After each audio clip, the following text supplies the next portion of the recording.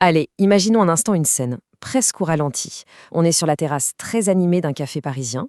On entend le tintement des tasses, des gens qui se croisent, des collègues qui se font la bise. Et puis, lors d'un dîner, une personne totalement inconnue s'approche. On fait des présentations rapides, une poignée de main est échangée. En fait, quelques secondes à peine s'écoulent. Et pourtant, à l'intérieur de nous, un jugement a déjà été rendu. C'est cette fameuse impression indéfinissable, ce sentiment viscéral et universel face à un inconnu. On n'a pas de preuves concrètes, mais la sensation est hyper nette. Soit la personne est sincère, soit au contraire, il y a un petit quelque chose qui sonne faux. L'objectif de ce décryptage aujourd'hui, c'est de comprendre très exactement ce qui se joue dans ces instants furtifs et de transformer cette intuition en une véritable grille de lecture.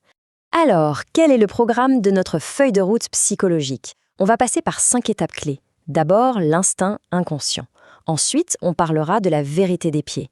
En 3, le décodage du visage.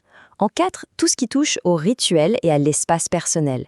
Et on terminera avec le langage du cœur. C'est parti. On plonge tout de suite dans le vif du sujet avec notre première partie, cet instant inconscient qui dicte notre toute première impression. Il y a une mécanique biologique très précise derrière ce qu'on appelle souvent, de façon un peu floue, le feeling. Prenons un trait culturel très fort chez nous, en France, cette fameuse réserve initiale face aux inconnus. On ne sourit pas forcément par défaut dans le métro, on ne se confie pas en 5 minutes, et bien trop souvent le reste du monde perçoit ça, à tort, comme de la froideur ou de la méfiance. Mais en réalité, c'est un signe de profonde lucidité. C'est tout simplement une stratégie pour laisser à notre cerveau le temps de traiter des données cruciales avant d'accorder sa confiance. Et c'est d'ailleurs ce qui permet ensuite de construire des relations d'une loyauté et d'une profondeur assez incroyables. On connaît tous cette célèbre phrase de René Descartes, une philosophie hyper rationnelle qui a totalement façonné notre façon de voir le monde. Sauf que la biologie nous raconte une histoire légèrement différente quand on rencontre quelqu'un pour la première fois. La réalité du corps humain, c'est que le ressenti précède toujours la pensée consciente. Bien avant d'avoir pu formuler une opinion rationnelle sur la personne en face, notre système nerveux a déjà réagi. Il a déjà tranché. Et la raison est simple, c'est ce chiffre, 10 000. Notre cerveau traite plus de 10 000 signaux non-verbaux dans les 5 toutes premières secondes d'un contact. 10 000, c'est astronomique. À ce stade-là, les mots prononcés, le petit discours bien préparé, franchement, c'est complètement secondaire. Le cerveau est occupé à lire quelque chose de beaucoup plus primitif et de bien plus authentique. Et les personnes qui ont une très grande intelligence émotionnelle, ce sont simplement celles qui ont appris à faire remonter cette lecture instinctive à la surface de leur conscience. Ce qui nous amène directement à notre deuxième étape, la vérité des pieds, ou l'honnêteté absolue du corps. Si on oublie le regard une seconde, le visage humain est socialement entraîné depuis des millénaires à maintenir une jolie façade, très polie. Mais la partie inférieure du corps, elle reste primitive, elle n'a aucun filtre.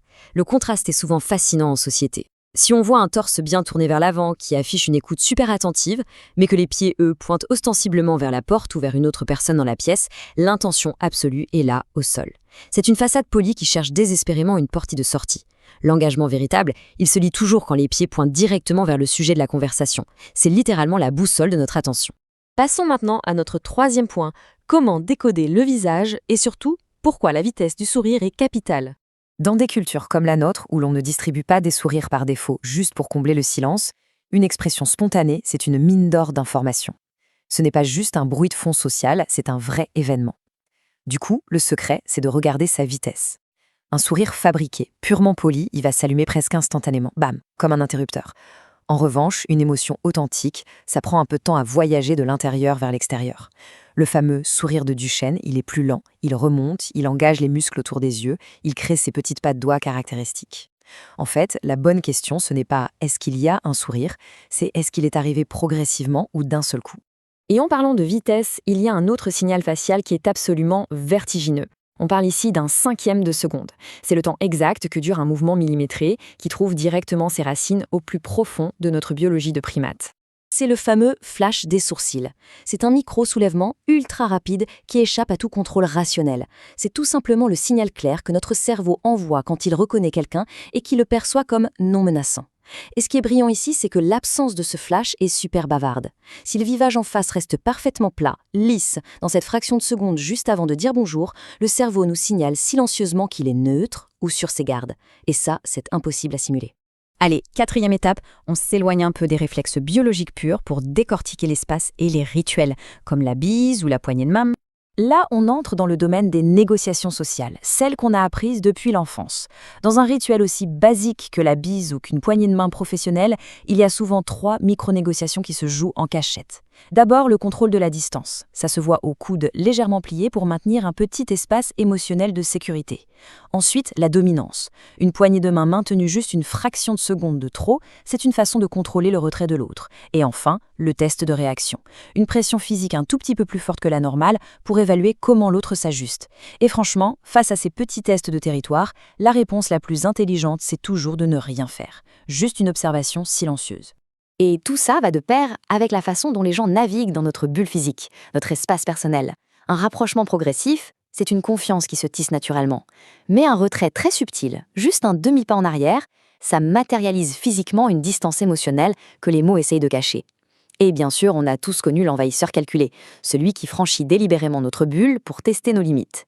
Garder son ancrage avec un calme parfait dans ces moments-là, c'est de loin la réponse la plus éloquente qu'on puisse donner. On arrive à notre 5e et dernière partie, le langage du cœur, pour faire la synthèse de tous ces petits indices. L'idée de toute cette analyse, ce n'est absolument pas de devenir paranoïaque. Au contraire, c'est d'utiliser tout ça comme un anneau de décodage pour créer de vraies connexions humaines. Si on récapitule, on observe les pieds pour voir l'intention véritable. On chronomètre mentalement le sourire pour vérifier l'authenticité. On capte le fameux flash des sourcils. On décode les rapports de force discrets pendant les salutations et on cartographie la gestion de l'espace personnel. En combinant ces 5 éléments, on a une longueur d'avance incroyable. Le point central de tout ça, il est merveilleusement bien résumé par cette pensée de Blaise Pascal. Ces infimes petits détails qu'on vient de lister, c'est tout simplement le langage pur de l'instinct. Ce sont des données reçues et traitées bien avant que l'esprit rationnel et ses filtres ne s'en mêlent. Prendre conscience de ces signaux, c'est s'offrir une lucidité totale sur les dynamiques humaines autour de nous. Pour terminer, gardons cette petite réflexion un peu provocatrice à l'esprit. Parmi ces 5 signaux, qui sont si profondément ancrés dans notre biologie et notre culture sociale, lequel est, au final, le plus complexe à simuler intentionnellement ? Poser cette question, c'est s'ouvrir une toute nouvelle dimension d'observation pour la prochaine interaction à la machine à café ou dans la rue. Merci d'avoir suivi ce décryptage et surtout continuons d'être de fins observateurs du monde qui nous entoure.